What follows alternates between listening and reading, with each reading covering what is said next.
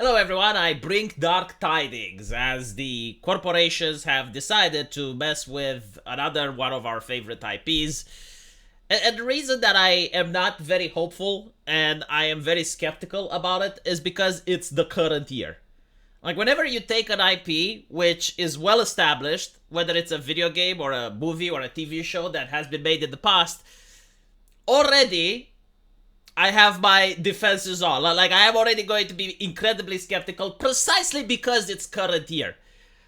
So I look at the marketing. I look like how they're advertising it. And while the things that they are saying here aren't necessarily problematic to the Fallout IP, the very fact that they don't begin by explaining what the universe is, but by trying to talk a little bit about the story, and instead they focus majorly on social justice, it makes me assume that the writers are more interested in social justice than the actual lore and the universe that they are treating.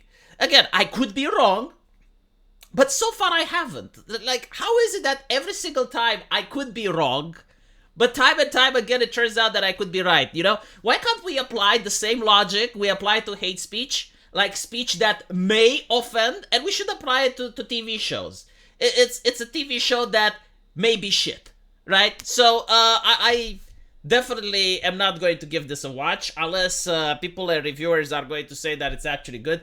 But I really doubt it, just by looking at the marketing, right? So instead of like talking about how, I don't know, the Mojave Desert is in danger and the Vault Dweller can save it, or they can talk about the California Republic bickering with the Brotherhood of Steel. No, they're going to talk to you about that this is going to be viewed through the eyes of a strong woman. Okay, like, this is the selling point. A very, very strong woman. Stronger than your mother, stronger than your sister, stronger than all the women that you know put together. This woman is very strong. This is what the marketing tells us, right? So, I have never seen this in modern media. Like, I am so glad that finally someone decides to treat the archetype of the strong woman. Because I am so bored of anime, you know, when you have the wholesome woman, the sensual woman, the feminine character. Yeah, I'm bored of those tropes, and what I want is the strong woman. So apparently, she's going to lecture us, right? That's how you know she is strong. Like, she is so tsuyoi that she's actually going to lecture us. This is the marketing team explaining what the show is about, right? So, isn't this how you want to spend your afternoon? Isn't this how you want to spend your time and money by watching the strong woman lecturing you through the television station? Because I personally am all for it. I mean, this is why I watch entertainment, to be lectured, right? Like, I will imagine that she is my mother, didn't have that great of a childhood, so she's my mother lecturing me about my biases. So basically, she is called Lucy, a Vault Dweller, which is played by an actress that I've never heard of. And apparently, so many of us have such naive ideas, even now, right? So in 2023, all of you guys, right, including the director, Nolan, they're having naive ideas about everyone else's experiences. And the thing that he loves about America is that it's this giant, manic collection of different experiences and different points of view, right? So according to the person who's making this movie, Romania is this country where everyone has the same point of view. The entire continent of Africa is probably this continent where everyone has the same point of view. He would probably be right about China, though, because if you have different points of view there, it may be very problematic. Okay? But America is different, right? So America has, like, I like the rest of the world, according to Nolan, America has different points of views. And Lucy will be used to moralize to viewers. I mean, I'm already sold. I mean, holy shit, where can I sign up? I want to see this. Lucy is charming and plucky and strong. Very to be strong. Like, you cannot have a character that is not strong. You know, the people that made the Digital Circus and they created Pomni, that is not how you do a female character. Without a diversity hag working at your company, you are going to fail. So the people who made the Digital Circus, they need the diversity hag in order to help them make the strong woman. It's the only character, the only archetype that's allowed. So Lucy is going to be that archetype. And then you see that she's confronted with the reality of, hey, maybe the supposed virtuous things you grew up with aren't necessarily that virtuous. Okay, so the movie is going to subvert our expectations. Okay, so if they are virtuous, they are couched in a circumstantial virtuousness. It's a luxury virtuous. You have the point of view because you never ran out of food, right?